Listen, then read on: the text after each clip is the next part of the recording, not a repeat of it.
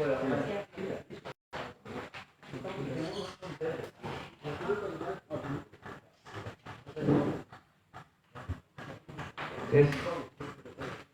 Sudah bisa? Oke. Selamat malam teman-teman sekalian. Hari ini tanggal 23 April 2020, Satgas Pengendalian, Pencegahan dan Penanganan COVID-19 Provinsi Papua akan menyampaikan kerja kita sepanjang hari ini berdasarkan data-data yang kita kumpulkan pada pukul 19:35.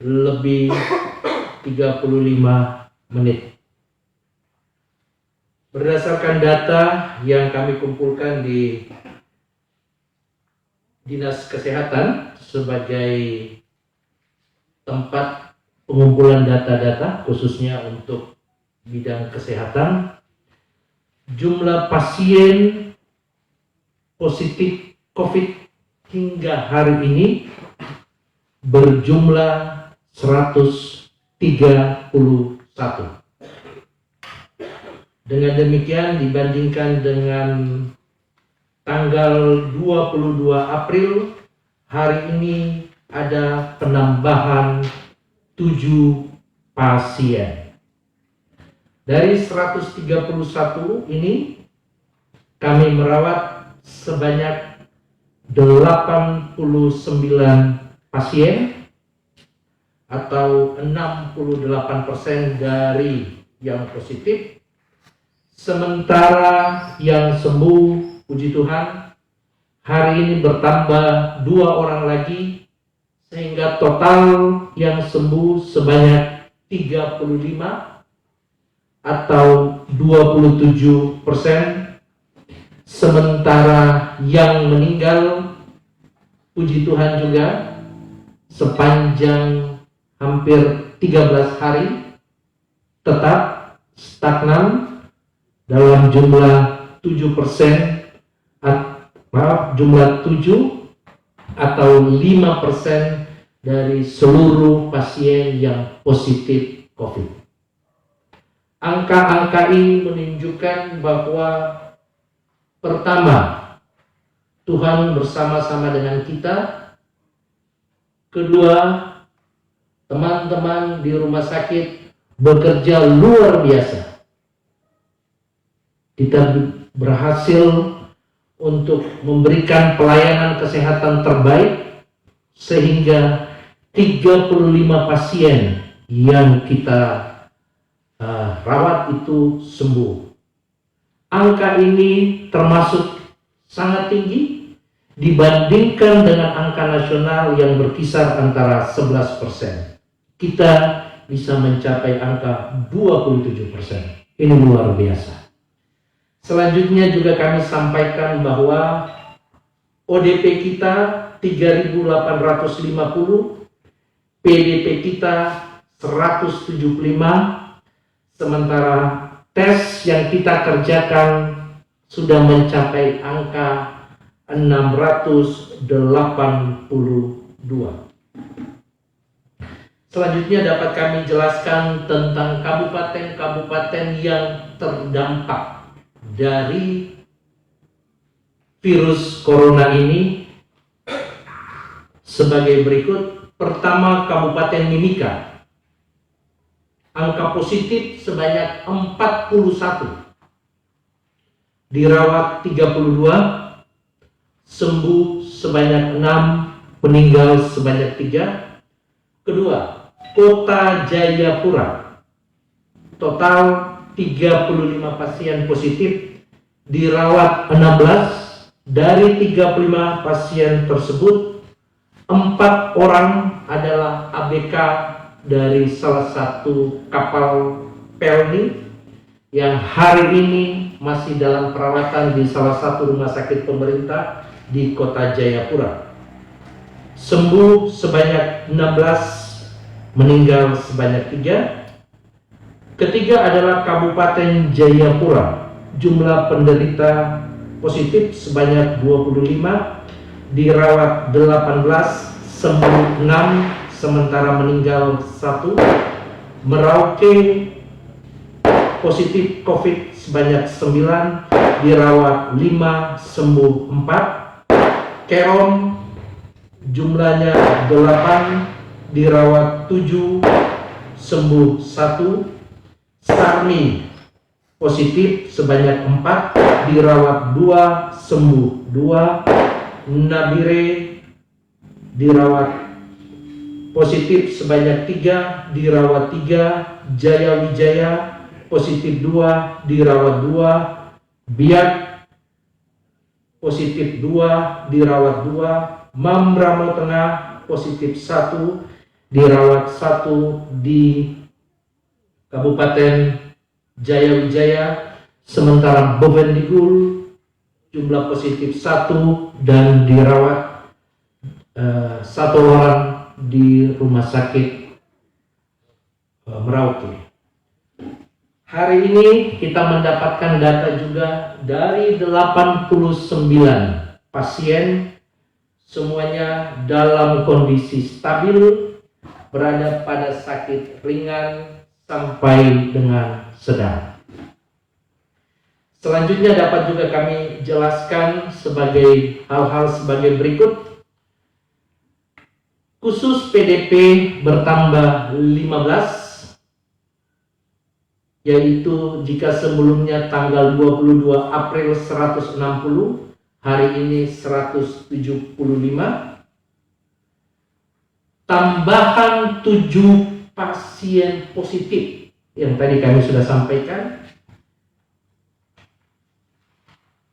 131 itu tambahan 7 dari sebelumnya 124 berasal dari Kabupaten Kerom sebanyak 2 orang, ABK dari salah satu kapal milik Pelni sebanyak 3 orang, Mimika sebanyak 2 orang. Itulah data kita pada malam hari ini. Tetap kami menyampaikan kepada seluruh masyarakat di Provinsi Papua, terus mendoakan kerja kita, terus mendoakan para petugas-petugas kesehatan yang berjibaku di rumah sakit, terus mendoakan petugas-petugas surveillance kita yang harus turun setiap hari mencari dan menemukan kasus. Pertanyaannya, mengapa angka kesembuhan di Provinsi Papua begitu tinggi? Ada 2 faktor. Faktor yang pertama, sebelum saya sampai di situ, padahal di sisi lain kita terbatas dengan peralatan. Yang saya bisa sampaikan adalah petugas-petugas kita mampu menemukan kasus sedini mungkin. Saya ulangi lagi, petugas-petugas kita mampu menemukan kasus-kasus sedini mungkin. Dan ketika kasus itu kita sudah temukan, kita langsung membawa ke rumah sakit. Petugas-petugas kita yang ada di rumah sakit langsung menangani, berusaha semaksimal mungkin untuk menahan agar jika pasien ini datang pada posisi sakit ringan, dia tidak naik ke sakit sedang. Jika kita temukan pada sakit sedang, kita berusaha tahan untuk tidak menjadi sakit berat. Dan kalau dia sakit berat, kita mengupayakan semampu kita agar pasien tidak meninggal. Tetapi lebih dari semuanya itu, saya yakin bahwa seluruh masyarakat di Provinsi Papua, kita selalu berdoa meminta pertolongan daripada Tuhan Yang Maha Kuasa. Saya pikir itu yang saya bisa sampaikan. Pesan terakhir, garda terdepan dari penanganan COVID adalah masyarakat. Tetap menjaga melaksanakan semua protokol-protokol kesehatan yang sudah ditetapkan oleh pemerintah. Social distancing, physical distancing, gunakan masker, cuci tangan, Ketika Bapak Ibu punya keluhan, segera menghubungi petugas-petugas kesehatan. Jangan melakukan stigma kepada petugas, jangan melakukan stigma kepada mereka yang positif. Kita harus bergandengan tangan, saling menopang satu dengan yang lain. Kalau ada saudara-saudara kita yang positif, bukan kita harus menghindari mereka, kita harus topang dia. Bagaimana? Karena dia tidak bisa keluar, mari kita bantu. Contohnya, bantu dia dengan makanan. Karena dia harus tinggal di rumah.